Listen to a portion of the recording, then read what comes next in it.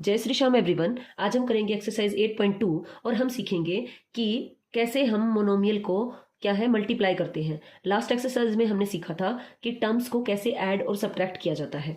अभी है find the product of the following pairs of monomial. Monomial का मतलब होता है जिसमें एक टर्म हो। देखो एक्सप्रेशन होती हैं, एक्सप्रेशन किससे मिलकर बनती हैं? टर्म से मिलकर बनती हैं। और टर्म कई बार एक होती हैं, कई बार दो होती हैं, तो उसके बेस पे उनके नाम रखे गए हैं मोनोमियल, बाइनोमियल, इस टाइप से। तो ये हमारे पास में मोनोमियल है क्योंकि एक एक टर्म यूज की गई है। अब मल्टीप्लाई कैसे करते होते हैं? जो हमारे कोफिशिएंट्स हैं, जो हमारे पास में ये कांस्टेंट टर्म है, इन्हें मल्टीप्लाई किया जाता है। 4 को 7 से मल्टीप्लाई करेंगे तो कितना रहेगा? 4 7 28 पी। आ गया आंसर। उसके बाद में है ये क्वेश्चन, इसको भी हम सबसे पहले जहां पे कोमा लगा हुआ है वहां पर किसका साइन लगाएंगे? मल्टीप्लाई का।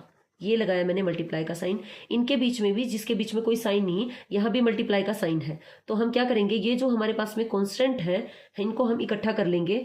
-4 मल्टीप्लाई बाय 7 और ये पी को एक तरफ कर लेंगे, वेरिएबल को एक तरफ साइड में रख लेंगे और इन कॉन्स्टेंट टर्म को एक तरफ कर लेंगे। तो -4 और 7 एक्चुअल में ये फैक्टर है, यानी कि ये 4 और 7 जो है कांस्टेंट फैक्टर है। 4 को 7 से मल्टीप्लाई करेंगे तो वही आएगा 28। अब प्लस और माइनस की मल्टीप्लाई हमारे पास में क्या रहेगी? माइनस रहेगी। देन मल्टीप्लाई में पी और पी, इनकी पावर कुछ नहीं तो 1 है इनकी पावर, और पी को पी से ऐसे मल्टीप्लाई करने का तरीका होता है। देखो ऐड करने का तरीका क्या होता था? मान लो पी में पी को ऐड करना है तो वो हो जाता था 2p, और मल्टीप्लाई करने का तरीका क्या होता है? इनकी पावर ऐड हो जाती है मल्टीप्लाई के अंदर, तो पी की पावर क्या हो जाएगी? ये 2 हो जाएगी। तो आपका आंसर रहेगा -28p²। अब हमारे पास में नेक्स्ट है -4p 7p3। तो सबसे पहले जहां पर कोमा है वहां मल्टीप्लाई लगाएंगे क्योंकि प्रोडक्ट का मतलब मल्टीप्लाई करना होता है। -4p multiply by 7p3। अब मैंने क्या कहा था, जो ये बीच में गैप है यहाँ पर भी जो कुछ नहीं दिख रहा है, यहाँ भी मल्टीप्लाई है, इनटू में है ये इसके। देन हम क्या करेंगे, ये जो हमारे पास में कांस्टेंट है इनको हम क्या लेकर आएंगे, यानी कि जो आपके काउंटिंग नंबर है एक साथ लाएंगे, इनको मल्टीप्लाई करेंगे, और ये जो हमारे पास में वेरिएबल्स हैं ये वाले फैक्टर्स, इनको एक साइड कर लेंगे, इसको इससे मल्टीप्लाई करेंगे। अपोजिट साइन है, एक प्लस है एक माइनस है, तो माइनस का साइन आएगा क्योंकि प्लस माइनस की मल्टीप्लाई माइनस होती है। 4 7 वही 28। देन अब जो हमारे पास में सेम वेरिएबल है उनकी पावर ऐड हो जाती है मल्टीप्लाई में। पी को पी से मल्टीप्लाई करेंगे तो ये रहेगा पी की पावर 2 और साथ में क्यू एज इट इज आ जाएगा। तो हमारा आंसर रहेगा -28p²। ये है हमारा फोर्थ क्वेश्चन। सबसे पहला काम हमने क्या करना है, जहां पर हमारा कोमा है वहां पे मल्टीप्लाई का साइन लगाएंगे क्योंकि हम क्या कर रहे हैं? प्रोडक्ट कर रहे हैं, मल्टीप्लाई कर रहे हैं। अब जो हमारे पास में ये देखो टर्म के अंदर फैक्टर होते हैं, इसके अंदर कितने फैक्टर है पता है? 4p3, तो 4p 3 बार p है ना, तो 4 फैक्टर्स हैं यहाँ पर। इसके अंदर 2 फैक्टर्स है, 3 और p। ठीक है, फैक्टर का मतलब इसमें कितने वेरिएबल और कांस्टेंट को मिलाकर कितने फैक्टर बन रहे हैं। देन हमारे पास में ये रहेगा। अब हमने क्या करना है, जो हमारे पास में कांस्टेंट है उनको इकट्ठा करेंगे। 4 मल्टीप्लाई बाय -3।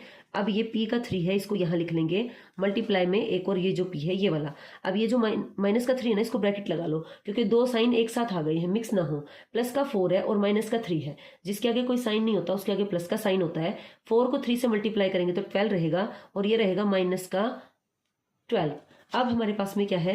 p की पावर 3। मैंने क्या बताया था, मल्टीप्लाई में पावर ऐड हो जाती है, इसकी पावर कुछ नहीं तो 1 है, तो 3 और 1 कितना हो जाएगा? 4। तो ये रहेगा p की पावर 4, तो -12 p की पावर 4 आपका आंसर आ जाएगा।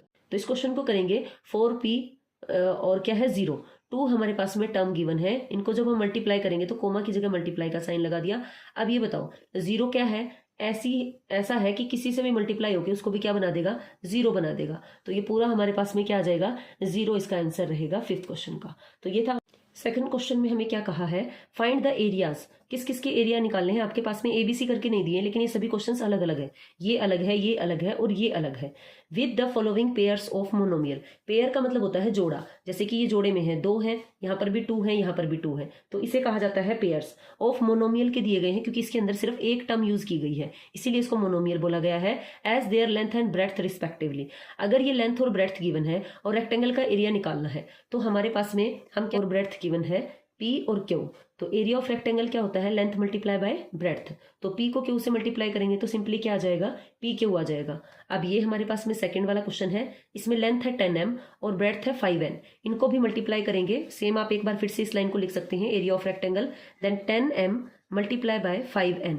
तो हम ये जो कांस्टेंट है हमारे पास में, पहले इनको एक साथ इकट्ठा करेंगे। 10 multiply by 5 multiply by m multiply by n। Then 10 को 5 से मल्टीप्लाई करेंगे तो 50 mn, तो हमारे पास में आंसर रहा 50 mn। नेक्स्ट क्वेश्चन है हमारे पास में, लेंथ दी है 20x² और ब्रेड्थ गिवन है 5y²। तो क्या करेंगे, इन दोनों को आपस में मल्टीप्लाई करेंगे। तो 20x² मल्टीप्लाई बाय 5y², जो कांस्टेंट है उनको इकट्ठा करेंगे। 20 multiply by 5 multiply bye x² multiply by y²। मैंने कुछ नहीं किया है, सिर्फ इसके बीच में मल्टीप्लाई का साइन लगाया है और इसके, और ये जो हमारे पास में नंबर थे उनको एक साथ कलेक्ट कर लिया है। 20 को 5 से मल्टीप्लाई करेंगे तो ये रहेगा 100 और ये रहा एज इट इज x² और y²। अब दिमाग में क्वेश्चन आएगा मल्टीप्लाई कहाँ चला गया। आप मल्टीप्लाई को लगाइए या न लगाइए, वो अंडरस्टूड है कि इसके साथ वो मल्टीप्लाई है, ठीक है।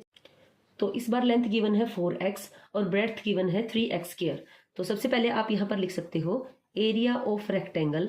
हमारे पास में क्या होता है, लेंथ मल्टीप्लाई बाय ब्रेड्थ, जो कि हमें किस में गिवन है, एक टर्म में गिवन है। तो 4x को मल्टीप्लाई करेंगे 3x² से। पहला काम हमने क्या करना है, जो हमारे पास में ये नंबर हैं इनको एक साथ इकट्ठा करना है, x मल्टीप्लाई बाय x²। यहाँ पे भी हमने मल्टीप्लाई का साइन शो कर दिया है, जो इसने नहीं किया था। तो 4 को 3 से मल्टीप्लाई करेंगे, दोनों प्लस के हैं तो प्लस का 12 होगा।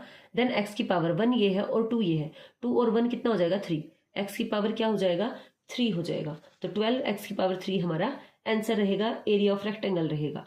देन नेक्स्ट हमारे पास में है 3mn और 4np।